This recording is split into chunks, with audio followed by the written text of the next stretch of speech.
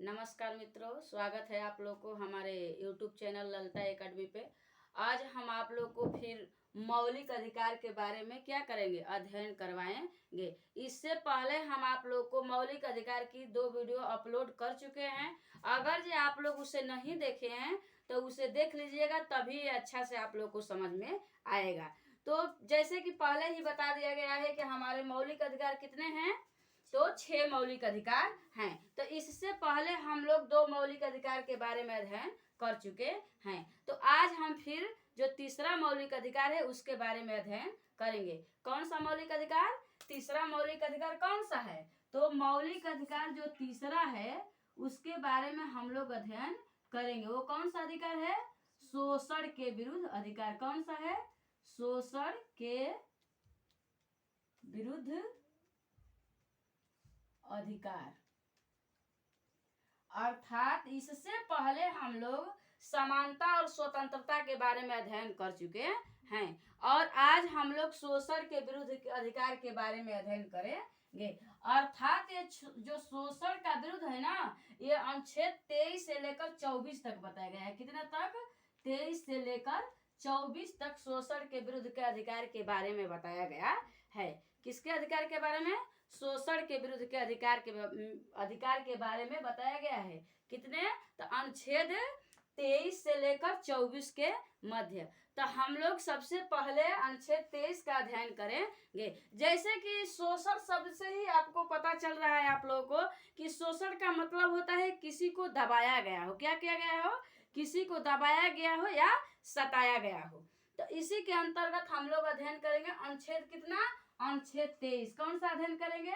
इसी के अंतर्गत अनुच्छेद 23 का अध्ययन किया जाएगा। कितने का अध्ययन किया जाएगा? अनुच्छेद 23 का अध्ययन किया जाएगा। तो अनुच्छेद 23 में बताया गया है कि क्या बताया गया है? अनुच्छेद 23 में है कि मानव व्यापार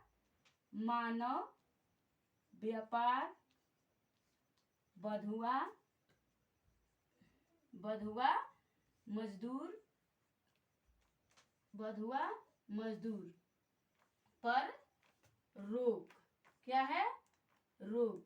बंधुआ मजदूर पर रोक। अर्थात अनुच्छेद 23 के अंतर्गत बताया गया है, अनुच्छेद 23 के अंतर्गत बताया गया है कि आप क्या करेंगे। मतलब अनुच्छेद 23 के अंतर्गत ये बताया गया है कि मानव का आप व्यापार नहीं कर सकते हैं। अर्थात आप मनुष्य का व्यापार नहीं करेंगे और बंधुआ मजदूरी भी नहीं करेंगे। बंधुआ मजदूरी का मतलब आप लोग समझ रहे हैं? जैसे बंधुआ मजदूरी का मतलब है कोई बहुत, जैसे गांव में नहीं बड़े लोग होते हैं जिनके अधिक जमीन होती है, अधिक खेत होता है, वो क्या करते हैं, अपने यहाँ किसी को चरवाह रख लेते हैं। गांव में क्या कहल जाला? चरवाह कहल जाला। तो वो चरवाह रखेला तो क्या करवाओ ना, खेत में भी दिन भर काम करवावे ना और पशु का भी पूरा काम करवाते हैं, पूरा घर का भी काम करवावेला। एक बाद क्या करते हैं, उनके बदले में, मतलब काम के बदले में क्या करते हैं, बस शाम सुबह का खाना दे देते हैं। तो वो क्या होता है? बंधुआ मजदूरी होता है। क्या होता है? बंधुआ मजदूरी कहा जाता है। अर्थात बंधुआ मजदूरी पर क्या लगाया गया? रोक लगाया गया। मानव व्यापार का अर्थ होता है जैसे हम लोग क्रय विक्रय करते हैं ना, किसी वस्तु को खरीदते हैं, बेचते हैं। जैसे मतलब आपका अनाज हो गया, सब्जियां हो गई, कोई भी वस्तु हो गया, कपड़ा से लेकर के कोई भी वस्तु खरीदा और बेचा जाता है। लेकिन मानव का आप व्यापार नहीं करेंगे, अर्थात आप मानव को खरीद या बेच नहीं सकते हैं। ये किसके अंतर्गत बताया गया है? अनुच्छेद 23 के अंतर्गत बताया गया है। अब इसी के अंतर्गत हम अनुच्छेद 24 का अध्ययन करेंगे। किसका अध्ययन करेंगे? अनुच्छेद 24। अब अनुच्छेद 24 में क्या बताया गया है? बाल श्रम पर रोक। क्या? बाल श्रम पर रोक। अर्थात 14 वर्ष से कम 14 वर्ष से कम उम्र के बच्चे को क्या करेंगे, आप किसी भी खतरनाक काम पे नहीं लगाएंगे। क्या करेंगे? 14 वर्ष से कम उम्र के बच्चों को क्या करेंगे, कोई भी खतरनाक काम पे नहीं लगाएंगे। अर्थात बाल श्रम पर क्या किया गया है? रोक लगाया गया है। बाल श्रम पर क्या लगाया गया है? बाल श्रम पर रोक लगाया गया है। क्या लगाया गया है? रोक। अर्थात आप छोटे छोटे बच्चों से काम नहीं करवा सकते हैं। जो बच्चे मतलब 14 वर्ष से कम उम्र के हैं उनसे आप कोई भी खतरनाक काम नहीं करवा सकते हैं। तो हम लोग शोषण के विरुद्ध के अधिकार के बारे में क्या कर चुके, अध्ययन कर चुके। अब हम लोग जो क्या है अनुच्छेद, अरे अधिकार चौथा, अधिकार कौन सा दिया है, चौथा। अधिकार चौथा क्या बताया गया है, धार्मिक स्वतंत्रता। क्या बताया गया है, धार्मिक स्वतंत्रता।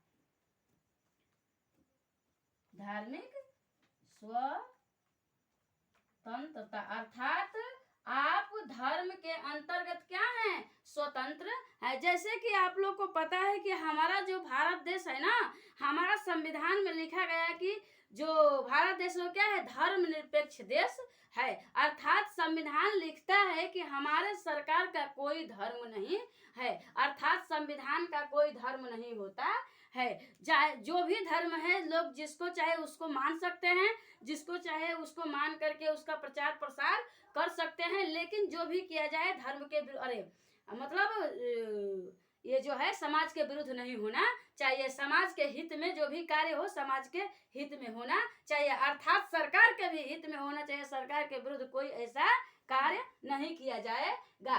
तो ये जो धार्मिक स्वतंत्रता है ना, ये अनुच्छेद आपका 25, कितना, अनुच्छेद 25 से लेकर 28 तक बताया गया है। कितना तक बताया गया है, अनुच्छेद 25 से लेकर 28 तक किसके बारे में बताया गया है, धार्मिक स्वतंत्रता के बारे में बताया गया है। तो इसको हम लोग क्या करते हैं, बारी बारी से अध्ययन कर लेते हैं। क्या करते हैं, बारी बारी से अध्ययन करते हैं।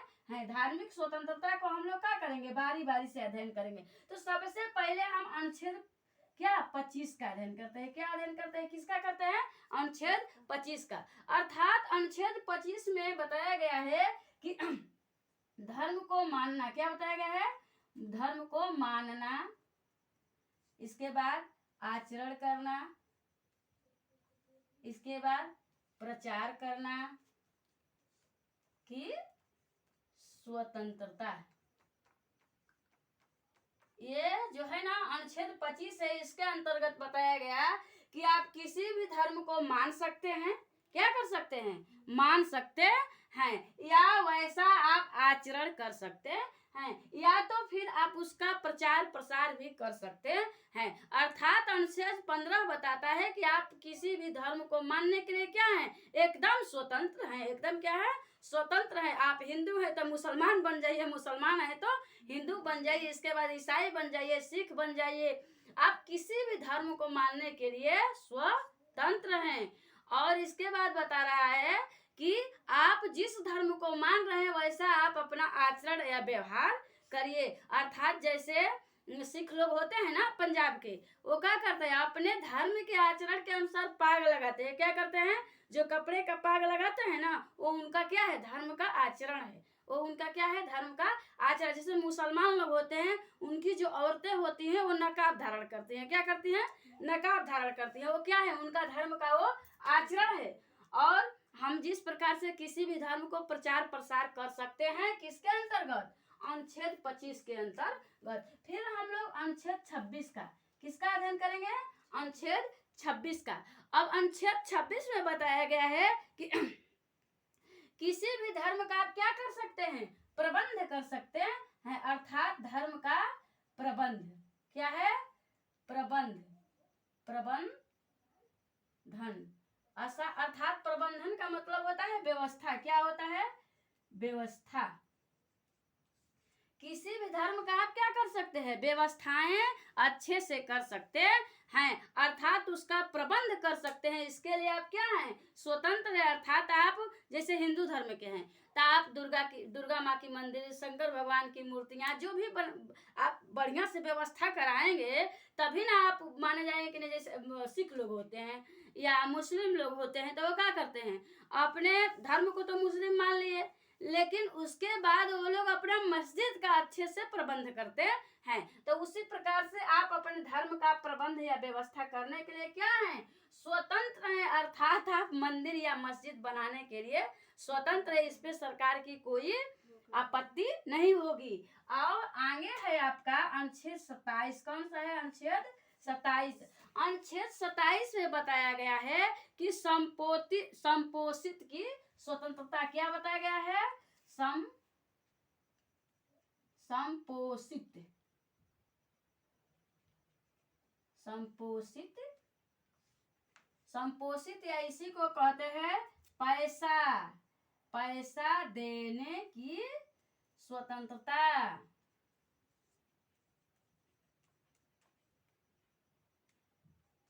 अर्थात आप किसी भी धर्म के जो धार्मिक स्थल बन रहा है तो आप उसमें जो लगता है ना गांव में चंदा उसको कहा जाता है, या कुछ धन राशि दिया जाता है, तो आप उसको संपोषित दे सकते हैं। अर्थात किसी भी मंदिर या मस्जिद का निर्माण करवाने के लिए आप रुपया पैसा या धन देने के लिए क्या है, स्वतंत्र है। इसको सरकार के, इससे लेकर सरकार की कोई परेशानी नहीं होगी, अर्थात सरकार इस पे कोई आपत्ति नहीं दर्ज कर सकता है। अर्थात आप किसी भी धर्म को रुपया पैसा या जो भी मतलब आपके पास व्यवस्थाएं हैं वैसा आप उस प्रकार से आप किसी भी धर्म स्थल को बनाने के लिए पैसा दे सकते हैं। और लास्ट में आपका है 28, कौन सा है 28, अनुच्छेद 28 कहता है, क्या कहता है अनुच्छेद 28 कहता है कि धार्मिक शिक्षा या उपासना, क्या है, धार्मिक शिक्षा या उपासना में आप क्या हो सकते हैं, उपस्थित होने की आपको क्या मिली हुई है, स्वतंत्रता मिली हुई है। अर्थात धार्मिक क्या है, धार्मिक उपासना, धार्मिक उपासना या फिर क्या है, धार्मिक उपासना में या शिक्षा में उपस्थित होने की क्या मिली हुई है, स्वतंत्रता मिली हुई है। अर्थात आप किसी भी धर्म में जो भी धार्मिक कार्य हो रहा है उसमें आप, जैसे कहीं पे शिव चर्चा होता, कहीं पे भीम चर्चा होता, कहीं पे यीशु चर्चा हो रहा है, तो आप उसमें जाने के लिए क्या है, एकदम स्वतंत्र है। आप अच्छे से जाइए और वहाँ अपने मन की जो बात है उस प्रकार से भजन कीर्तन कीजिए, इसके लिए सरकार आपको बाध्य नहीं करेगा। अर्थात आप उसमें उपस्थित हो सकते हैं, इसके लिए आप क्या हैं, स्वतंत्र हैं। इसी प्रकार से हम लोग जो है आपका अनुच्छेद 25 से लेकर 28 तक धार्मिक स्वतंत्रता को हम लोग क्या कर लिए हैं, अध्ययन कर चुके हैं। अब हम लोग को अनुच्छेद 5 अध्ययन करना है। कौन सा अध्ययन करना है, अनुच्छेद 5 अध्ययन करना है। अब हमें अनुच्छेद 5 अध्ययन करना है, तब हम अनुच्छेद 5 के अंतर्गत अध्ययन करेंगे। कौन सा, अरे अनुच्छेद नहीं जी, जो अधिकार है मौलिक अधिकार के अंतर्गत 5वां मौलिक अधिकार का अध्ययन करना है। कौन सा, 5वां मौलिक अधिकार का अध्ययन करना है। 5वां मौलिक अधिकार के बारे में बताया गया है संस्कृति एवं शिक्षा संबंधी स्वतंत्रता। क्या है, संस्कृति, क्या है, संस्कृति एवं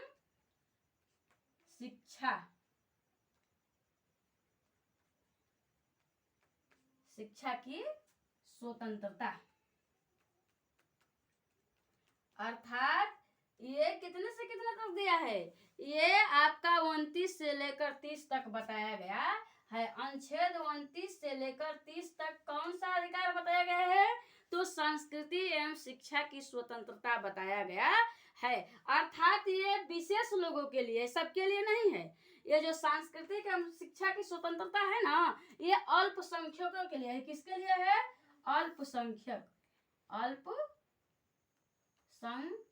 अल्पसंख्यकों के लिए ये मतलब अधिकार दिया गया है। अल्पसंख्यक मतलब आप समझ रहे हैं, जैसे जब हमारा जब देश आजाद हुआ तो आजादी के बाद हमारे देश में बंटवारा किया गया। अब बंटवारा हुआ किसका, हिंदुस्तान अलग हुआ और पाकिस्तान अलग हुआ।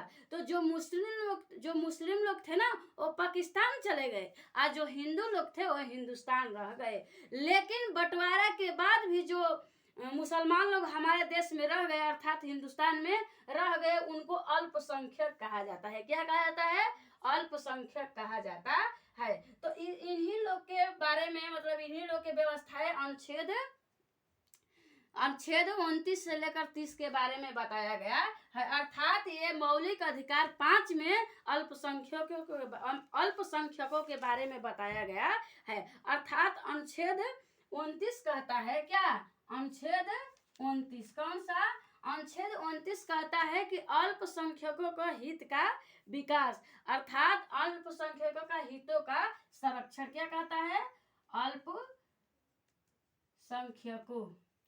अल्पसंख्यकों का हित का संरक्षण।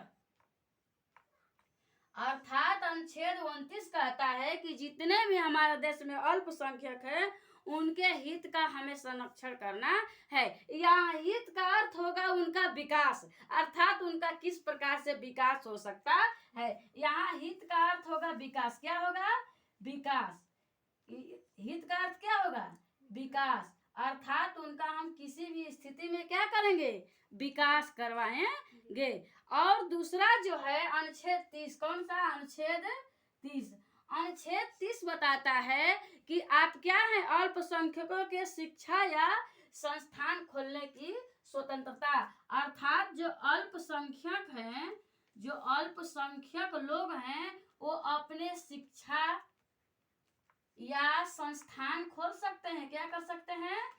शिक्षा या संस्थान खोल सकते हैं। अर्थात उनके पर्सनल विकास के लिए, भाई जो अल्पसंख्यक लोग हैं उनके कुछ पर्सनल विकास होता है, उसका विकास करने के लिए, अपने धर्म का विकास करने के लिए वो कोई भी शिक्षा संस्थान खोल सकते हैं। जैसे मुस्लिम लोग मदरसा खोलते हैं ना, मदरसा हो गया, मकतब हो गया, क्रिश्चियन का स्कूल हो गया, वो सब क्या है? ये अनुच्छेद 30 के अंतर्गत बताया गया है कि अल्पसंख्यक लोग हैं अपने संस्कृति के अनुसार अपने शिक्षा या कोई संस्था खोल सकते हैं। जिस प्रकार से मदरसा में कौन अध्ययन करने जाता है? मुस्लिम लोग अध्ययन करने जाते हैं। कौन जाते हैं?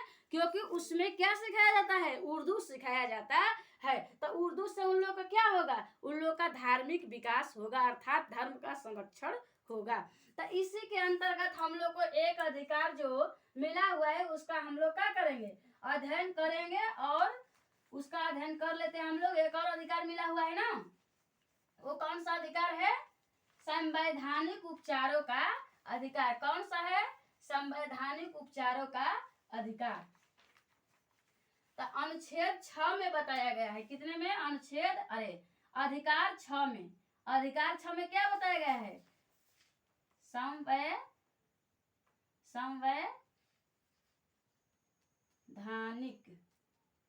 संवैधानिक उपचारों का अधिकार। क्या है? संवैधानिक उपचारों का अधिकार। ये अनुच्छेद 32 में है। कितने में है?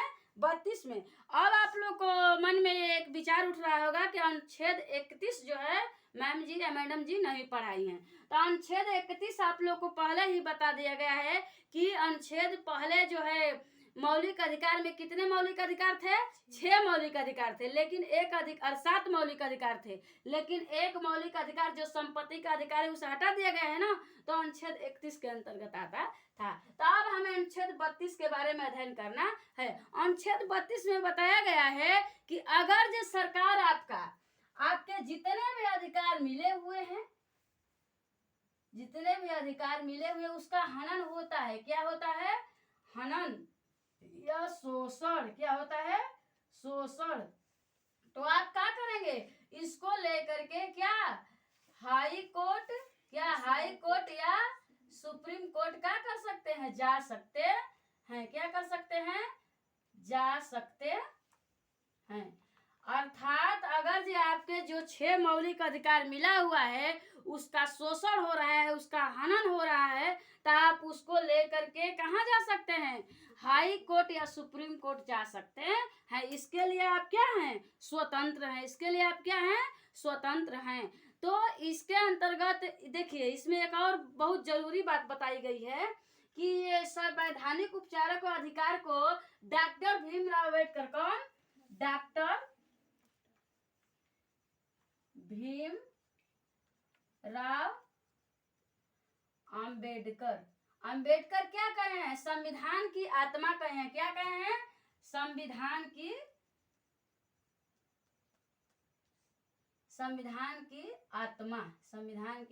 आत्मा।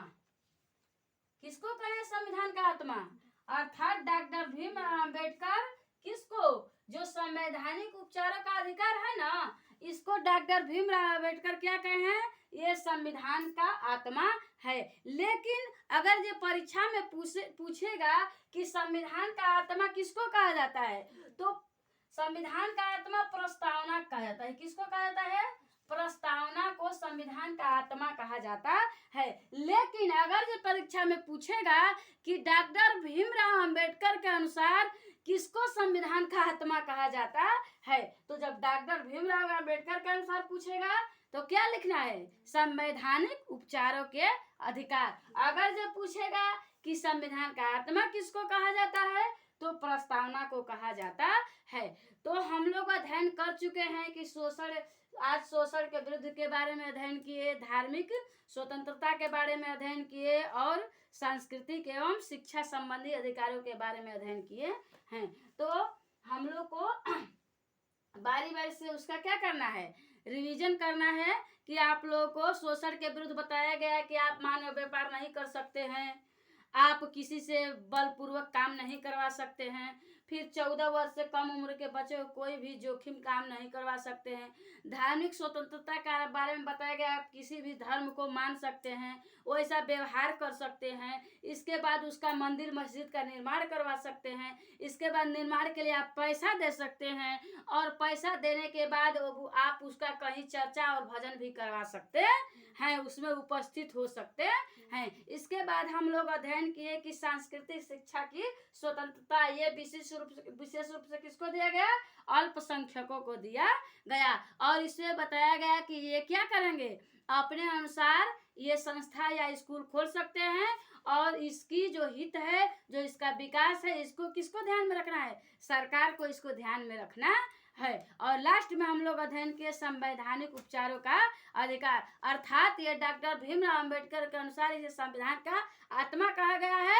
अगर जो आपका संविधान का हनन होता है, संविधान का शोषण होता है, तो आप उसी के अंतर्गत अनुच्छेद 32 के अंतर्गत आप सुप्रीम कोर्ट या हाई कोर्ट लेकर अपील दर्ज कर सकते हैं। तो यहीं पर हम क्या करते हैं? वीडियो समाप्त करते हैं। जय हिंद।